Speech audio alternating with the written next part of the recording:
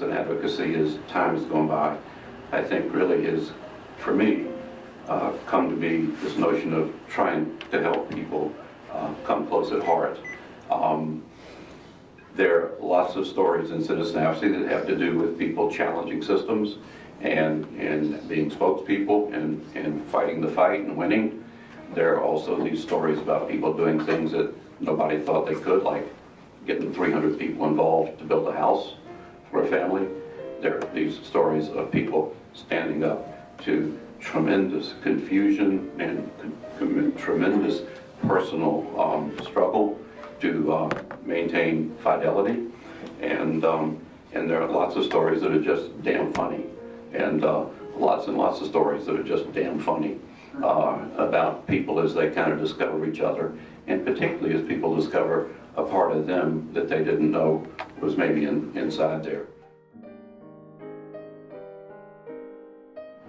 A lot of us, through our relationship with our protege, have been challenged in the way that we thought before, the way that we were brought up, the things that we learned as young children.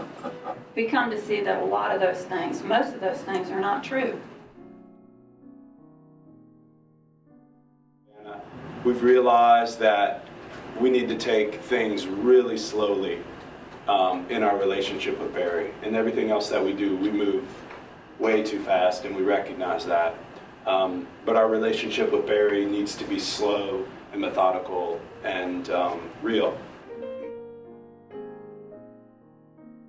And I think what we've seen this morning is this is the real thing, right? This is the real art. The real art is showing up for people day in and day out and doing doodles on napkins and having a cup of coffee and being in total confusion and befuddlement and being there. And that sometimes we find a way to bring what's coming in through that space to life in a story or an artifact.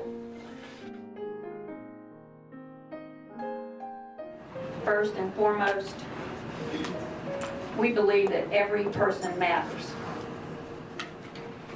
And if you believe that, then we have a responsibility, really an obligation, to protect each other, to care for each other, and to encourage each other. Even with all of this mystery and lack of understanding, we have been able to forge a friendship based on a strange need for each other.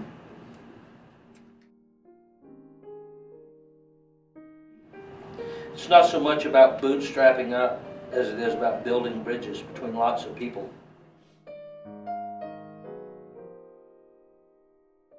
This is one of the many gifts Jafari has given me. It is one of the many ways that Jafari helps me be a better man, and by extension helps our community be a better place. Jafari has the grace and patience to allow me to stumble along beside him. I have slowly come to respect his struggle, tough at times and on occasion an overwhelming struggle. Walking beside Jafari helps me become the person I thought I was.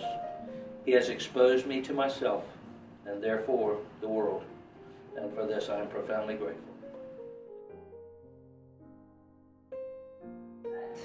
Over the years, I've come to understand that challenging the stereotypes is a very radical act. It is something that people in the community need to see. They need to understand that we're all in this together.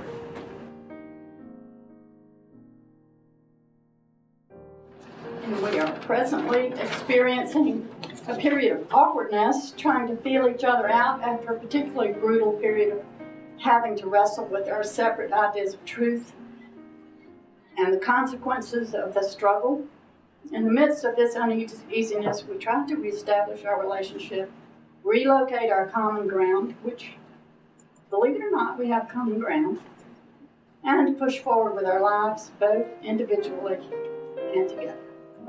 And we continue to aggravate and surprise each other. The second invitation is the more important one.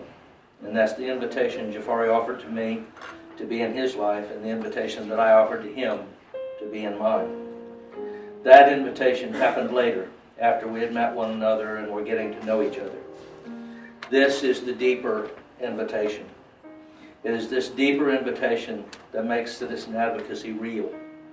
It is this deeper invitation that makes citizen advocacy radical.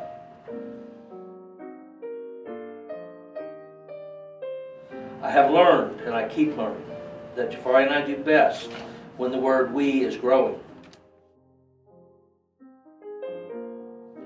I have learned that when the struggle is hardest, I must listen the closest.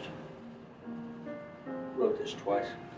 When the struggle is hardest, I must listen the closest. Personal commitment is the strongest, most powerful form of action over time. And that forms the foundation of what we do. And what I'm also really struck by as people share their story is how much being open to another person and their difference and their vulnerabilities makes a space for something to come in. And Kenny just affirmed that for us, because as one of the people in the group that has been a walking space, right? That people that we've known have often been a walking space, and when we've had a chance to connect and be in that space, we know something has come in that not only is important to us, but that there's it's a time in humanity where we need this gift that people bring more than ever. The beloved community is not a utopia, but a place where the barriers between people gradually come down, and where the citizens make a constant effort to address even the most difficult problems of ordinary people. It is, above all else, an idealistic community.